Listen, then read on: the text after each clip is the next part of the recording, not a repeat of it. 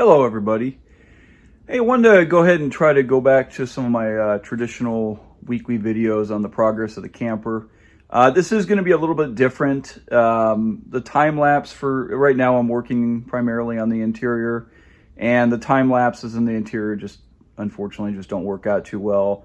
And frankly, I haven't got a lot done. It's just been so darn hot here in Las Vegas, and I've had some other stuff going on. Let me go ahead and give you guys an overall update of where I am on the camper. I have released a couple smaller videos about some very specific tasks, or I've talked about it in live feeds. So some of what I'm talking about may have been seen by others, but for those who kind of the larger audience who takes on some of my actual build videos, here where I'm at. Now, don't be dismayed by the lack of time lapse. I'm going to explain what I did. I'm going to talk about it. And then there are some videos on some specialty tasks. So I think this is still value. So the catch up is here, and this is kind of old news, but the outside of the camper is completely done. That includes the roof and everything. The next step was I did put in some marker lights. And on the back here, I put in other lights, so I have a tail light, an outdoor light right there, and then some more markers around the rear. Just for a little logic on the marker lights, I still never received a clear response as to whether it's required by law, but DOT does indicate that vehicles that are over 80 inches wide, and again, they're typically referring to vehicles that are fixed in that size, meaning like like a box truck, for example, have to have some marker lights on them. This camper is definitely over 80 inches wide. It's about 86 inches wide. And from a legal standard, since it's removable, I don't know if it technically needs them, but I just thought that marker lights would make a lot of sense. And putting them on now and wiring them in on the inside is a real smart move as opposed to trying to put them on after the fact. So I put in the marker lights. This tail light is going to be in kind of an unconventional location. It's a little hard to picture here, but it's going to sit very high in the camper. But that's done purposely. My intent is to sometimes carry my motorcycle on a rack on the rear, and I noticed that my normal tail lights are somewhat obscured, so I wanted some above that to make sure that people could see what's going on. So after I finished the outside, then the next step was getting those outside lights on, and let's move on to the interior. And then once I got those outside lights on, I went through and did the wiring. As it stands right now, the vast majority of the wiring is covered by the insulation board at this point in the build. I did do a live not too long ago where I did talk about my wiring, so if you guys want to refer back to that. But here is where the main bundle of the harness comes through.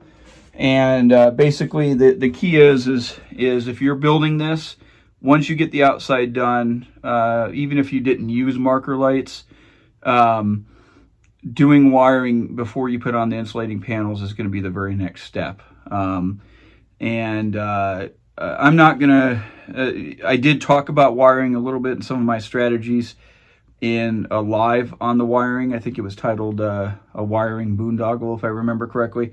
But there's many resources to wiring and expertise, and that's not an expertise of mine. I obviously feel comfortable doing it here, but just be mindful that from a timeline standpoint, get the wiring on before you do any other, or run the wiring inside the interior of the camper before you do any of the interior. So as you guys can see here, most of the interior panels are in, okay? I just released a video last week where I talked about step by step how I make these panels, but those who might have not seen it or not be familiar. So this right here, this is the structural frame part that you guys saw way back in some of the earlier videos. This is what the siding attaches to. And then these wall boards are polystyrene, specifically EPS, or expanded polystyrene foam boards. And this is wrapped, and it's attached with a spray adhesive with a fabric called duck, okay? And then these panels are glued onto the wall and inserted between the frame supports. And that applies for the ceiling, and pretty much all of the board surfaces on all of the walls. Now in the bottom here, you guys will see that right here, oops, let me get it. Sorry, it's kind of hard to do this. Right here, you can see that this dead spot, this will also have a panel that will go in later. All right, so let's move to the floor. So the floor was not completed. Now it's dusty right now, so you guys aren't going to get a great view of it. Let me turn this around here. I don't know if that helps. It's probably going to make it weird on YouTube. But I got the floor in, and the floor turned out great. As a reminder for those who don't remember, 1-inch layer of insulation underneath it, and then these boards are laid out, same kind of board, same kind of dado joint that you saw for the walls. Now I did, if you guys look carefully here, you will notice that there is it's dirty right now, but there's a layer of black caulking that's pretty distinctive between each of the boards, and that's put in place because this floor has to be waterproof, okay? So not only did I just worry about putting the caulking in between the actual laps, the lap of the joint between the boards, but I actually put it up on the level and sanded it all smooth. The walls need to be waterproof too, but they're a horizontal or a vertical surface. This is a horizontal surface, and if you were to spill water on it or something, you can't have the water soaking into the insulation layer down there. So I had to put a little bit more emphasis to make sure that this floor could hold up with, as being a horizontal surface, could hold up with pooling water and stuff like that. Obviously, that's not something that you want, but I had to build it that way. This front wall here is,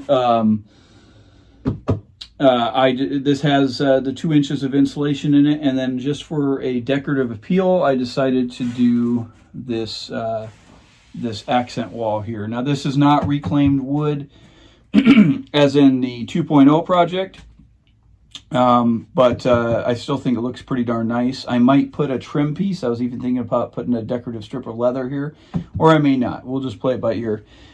Now, one thing you guys might immediately notice is all of the wood finishing in here looks relatively natural, okay? And what I'm going to do, that includes the floor, right? What I'm going to do is this camper is going to have all of the wood finishing, including all the cabinets, is going to have a far more natural wood look. And that's just a change up on the aesthetic variation.